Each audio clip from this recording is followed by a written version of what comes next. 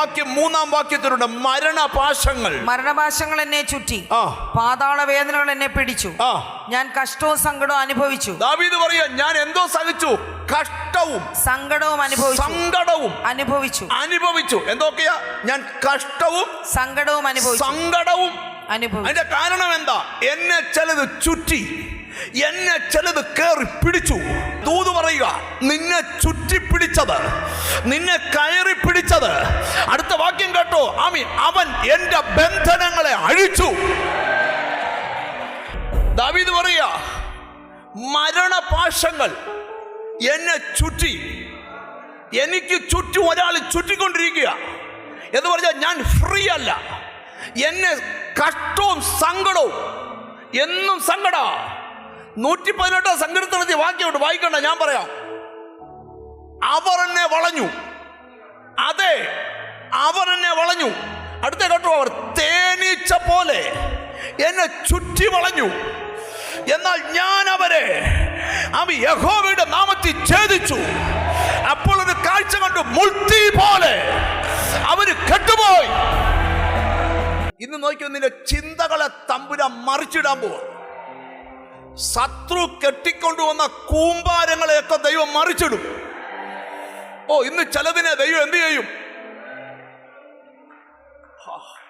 നീ താമസിച്ച അതേ വീട്ടിലാ ഇന്നും താമസിക്കാൻ പോകുന്നേ, പക്ഷെ നീ പുതിയ ചിന്തയോടെ താമസിക്കാൻ പോകുന്നു. ഗ്ലോറി. നീ തോറ്റിട്ടില്ലെന്ന് തമ്പുരാൻ തെളിയിക്കാൻ പോവാ. നീ തല കുനിക്കത്തില്ലെന്ന് ദൈവം തെളിയിക്കാം.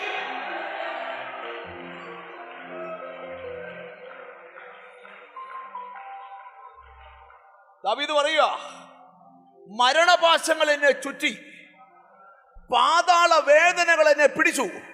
1 എന്നെ ചുറ്റി, 2 എന്നെ കയറി പിടിച്ചു.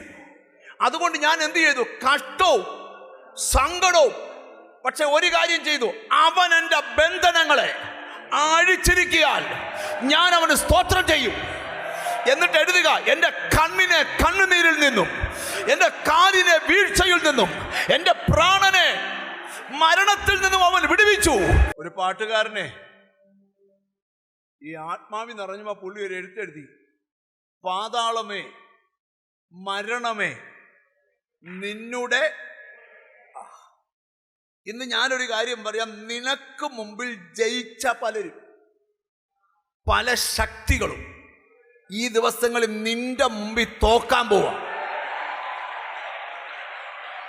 ഈ എത്ര പേര് ഇന്ന് പകൽ പറയും, എന്നെ സങ്കടത്തിൽ നിന്നൊന്ന് വിടുവിക്കണേന്ന്? അങ്ങനെ പ്രാർത്ഥിക്കാൻ പറ്റും? 2 കൈ ഉയർത്തി പ്രാർത്ഥിക്കുക, എന്നെ സങ്കടത്തിൽ നിന്ന്. സങ്കടം എന്ന് പറഞ്ഞാൽ ദുഃഖം, എന്നെ അതിൽ നിന്ന് ഒന്ന് വിടുവിക്കണേ. ഞാൻ ദൈവത്തിന്റെ വെളിപ്പാട് നിന്നോട് പറയുക, ഈ ദിവസങ്ങളിൽ നിന്നെ വല്ലാതെ ഇട്ട് നീട്ടിക്കൊണ്ടിരിക്കുന്ന ആ സങ്കടത്തിൽ നിന്ന് നിനക്കൊരു വിടുതലുണ്ട്. എത്ര പേർ വിശ്വസിക്കുന്നുണ്ട്? അടുത്തിരിക്കുന്ന ആളുകൾ തൊട്ടേച്ച് പറ, സങ്കടം സന്തോഷമാകാൻ പോവാന്ന് പറ. 25 സങ്കീർത്തനം ദാവീദ് ചമയ്ക്കുമ്പോഴേ ദാവീദ് പറഞ്ഞേ കേട്ടോ, 17-ാം വാക്യം, എനിക്ക് മനപീഡകൾ വർദ്ധിച്ചിരിക്കുന്നു, എൻ്റെ സങ്കടങ്ങളിൽ നിന്ന് എന്നെ വിടുവിക്കണമേ.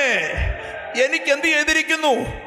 മനപീഡകൾ വർദ്ധിച്ചിരിക്കുന്നു, എൻ്റെ സങ്കടത്തിൽ നിന്ന് എനിക്ക് മനപീഡകൾ വർദ്ധിച്ചിരിക്കുന്നു, എൻ്റെ സങ്കടങ്ങളിൽ നിന്ന് എന്നെ വിടുവിക്കണമേ. ഞാൻ ഇന്ന് വിടുവിക്കുന്ന ചിലരോട് പറയാം, നിന്റെ സമയമായി.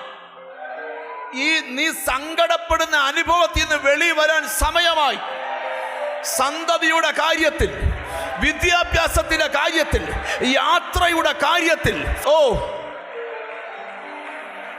ചിലരുടെ ഉള്ളില്